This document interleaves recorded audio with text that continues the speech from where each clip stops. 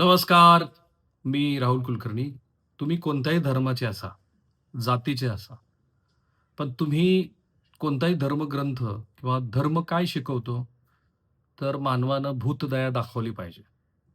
ज्यांना गरज आहे त्यांना मदत केली पाहिजे, प्राणीमात्रांना मदत केली पाहिजे आणि म्हणून मी जे एका अफलातून भिकाऱ्याची कहाणी तुम्हाला सांगतो इंदोरच्या, त्यामुळं आपला दृष्टिकोन कृपया भिकाऱ्यांबद्दलचं दूषित होऊ देऊ नका. असे अनेक लोक आहेत, की जे लोक वेगळ्या कारणामुळं भिकेला लागतात आणि भीक मागतात आणि त्यातले खरोखर गरजू असू शकतात. अनेक जणांना ती भीक मागायला भाग पाडलेलं असू शकतं, कारण तशा कहाण्या खूप मी स्वतः कव्हर केल्या. अशा वेळेला आपला दृष्टिकोन काय असायला हवा, आपण कसं सजग असायला हवं, ह्यासाठीची ही बातमी आणि खरोखर इंटरेस्टिंग आहे.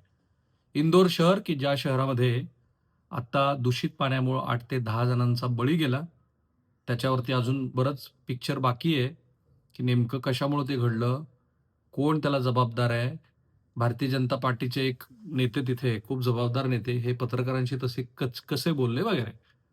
तो भाग आणि ह्या सगळ्या भिकाऱ्याची कहाणी ऐकण्यासाठी तुम्ही शेवटपर्यंत थांबाच. पण हा व्हिडिओ घरोघरी जाऊ द्या, कारण खरोखर इंटरेस्टिंग आहे. कहाणी तशीच बनते, की जेव्हा त्याच्यामध्ये काही भावनात्मक गोष्टी जोडलेल्या असतात. आपण साधारणपणे कुठल्याही मंदिरात गेलो, आजूबाजूला आपल्याला भिकारी दिसला, की आपण त्याच्यावरती प्रेमानं किंवा त्याची गरज ओळखून त्याला काही मदत करतो. तसंच लोक इंदोरमधले करायचे.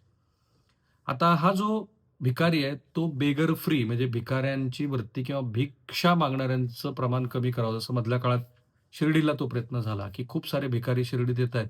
त्यांना हाकलला वगैरे असं म्हटलं गेलं. तसा प्रयत्न आता इंदोरमध्ये सुरू आहे. पण तो हाकलून देण्याचा नाहीये. तर तो बेगर फ्री अभियान त्यांनी तिथे राबवलंय. आणि या भिकाऱ्यांचं पुनर्वसन करून त्यांचं मानसिक त्यांचं काय मार्गदर्शन करून वगैरे त्यांना पुनर्वसित करण्याच्या प्रयत्नात एक भिकारी सापडला. त्याचं नाव आहे मांगीलाल. किती फॅमिलिअर नाव आहे. तो शारीरिकदृष्ट्या अपंग आहे. तिथं तुम्ही इंदोरला गेला असाल, मी गेलोय अनेक वेळा. तर इंदोरमध्ये सराफा बाजार अशी कंजेस्टेड असलेली वस्ती आहे. तिथे खाऊ बाजार पण रात्रीच्या वेळेला भरतो. सो त्या सराफा बाजारामध्ये हा भिकारी अनेक वर्षापासून भीक मागायचा. तो कधीही जोरात भीक मागायचा नाही. समोरच फक्त बसून राहायचा. तो लाकडी किंवा लोहाच्या स्लायडिंग कार्टवर म्हणजे ती अशी ढकलत-ढकलत न्यायची जी स्लायडिंग कार्ट ते बघितल्यानंतरच आपल्या हृदयात कालवा-कालव होते. म्हणून त्याला लोक भीक द्यायचे. किती द्यायचे? तर रोज त्याला 400 ते ₹1000 मिळायचे आणि ह्या मांगेलालची जेव्हा अधिकाऱ्याने तपासणी केली, तेव्हा त्याची संपत्ती किती लक्षात आली बघा. त्याच्याकडं 3 घरं आहेत. किती? 3. त्यापैकी एक घर हे 3 मजली आहे. दुसरं घर शिवनगरमध्ये 600 चौरस फुटाचं फ्लॅटच आहे तो.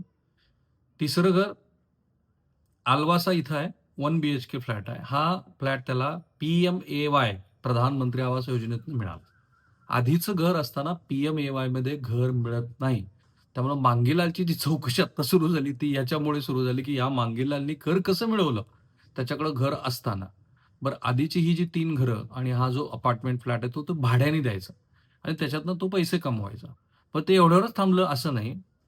त्याच्याकडे 3 ऑटो रिक्षा आहेत. तो दिवसभर त्या ऑटो रिक्षा भाड्यानं देऊन त्याच्यातनं पैसे कमवायचा, चालक ठेवायचा. पुढं त्याच्याकडं एक मारुती डिझायर गाडी आहे. ती पण तो भाड्याने चालवायचा आणि त्याच्यातनं त्याला पैसे यायचे.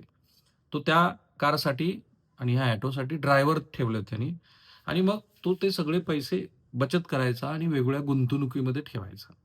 बघा किती गंमत आहे.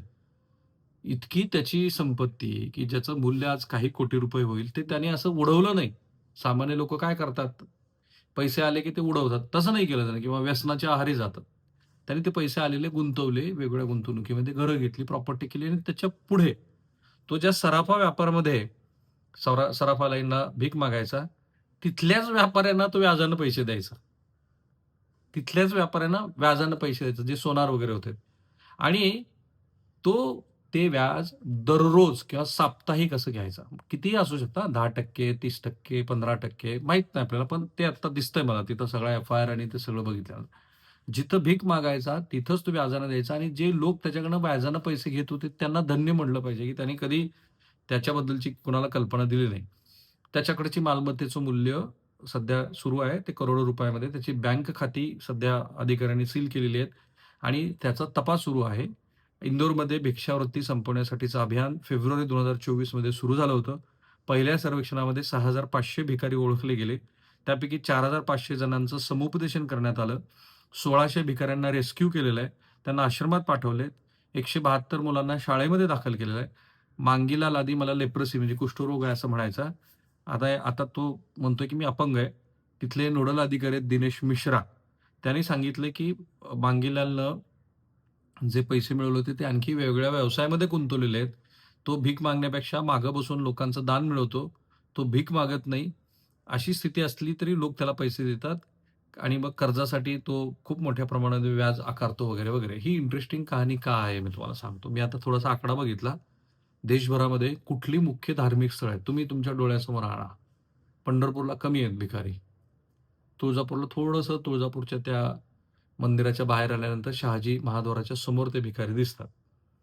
शिर्डीमध्ये प्रचंड प्रमाणात भिकारी आहेत. बहुतेक सगळ्या देवस्थानासमोर हे भिकारी दिसतात आपल्याला.